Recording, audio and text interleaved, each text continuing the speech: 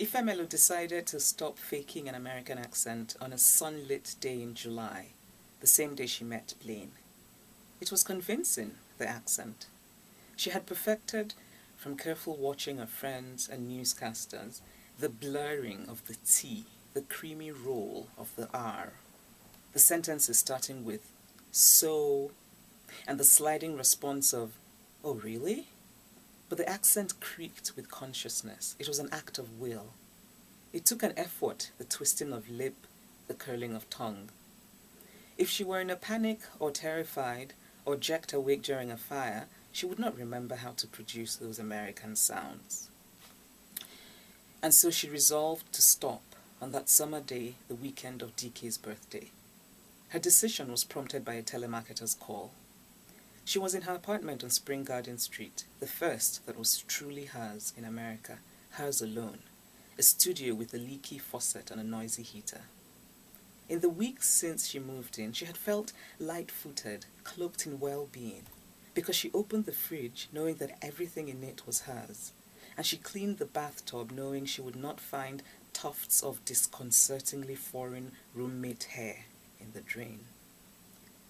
Officially 2 blocks away from the real hood, was how the apartment super, Jamal, had put it, when he told her to expect to hear gunshots from time to time.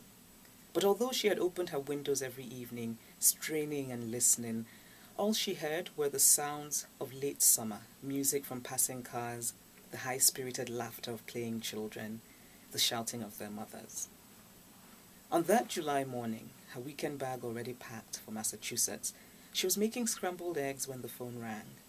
The caller ID showed unknown, and she thought it might be a call from her parents in Nigeria. But it was a telemarketer.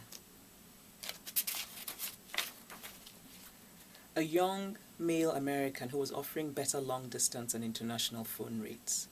She always hung up on telemarketers, but there was something about his voice that made her turn down the stove and hold onto the receiver, something poignantly young, untried, untested, the slightest of tremors, an aggressive customer service friendliness that was not aggressive at all.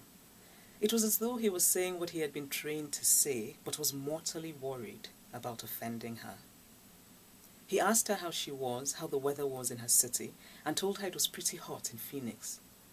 Perhaps it was his first day on the job, his telephone piece poking uncomfortably in his ear, while he half hoped that the people he was calling would not be home to pick up. Because she felt strangely sorry for him, she asked whether he had rates better than 57 cents a minute to Nigeria. "Hold on while I look up Nigeria," he said, and she went back to stirring her eggs. He came back and said his rates were the same, but wasn't there another country that she called? Mexico? Canada? "Well, I call London sometimes," she said. "Okay, hold on while I look up France," he said. She burst out laughing. "Something funny over there?" he asked. She laughed harder. She had opened her mouth to tell him bluntly that what was funny was that he was selling international telephone rates and did not know where London was. But something held her back, an image of him, perhaps 18 or 19, overweight, pink-faced, awkward around girls, keen on video games and with no knowledge of the roiling contradictions that were the world. So she said, "Oh, there's a hilarious old comedy on TV." "Oh, really?" he said, and he laughed too. It broke her heart, his greenness. And when he came back on to tell her the France rates, she thanked him and said they were better than the rates she already had and that she would think about switching carriers. "When is a good time to call you back, if that's okay?" he said. She wondered whether they were paid on commission. Would his paycheck be bigger if she did switch her phone company? Because she would, as long as it cost her nothing. "Evenings," she said. "May I ask who I'm talking to?" "My name is Ifemelu." He repeated her name with exaggerated care. "Is it a French name?" "No, Nigerian." "Is that where your family came from?" "Yes." She scooped the eggs onto a plate. "I grew up there." "Oh, really? How long have you been in the US?" 3 years. "Wow, cool. You sound totally American." "Thank you." Only after she hung up did she begin to feel the stain of a burgeoning shame spreading all over her, for thanking him, for crafting his words, "You sound American," into a garland that she hung around her own neck.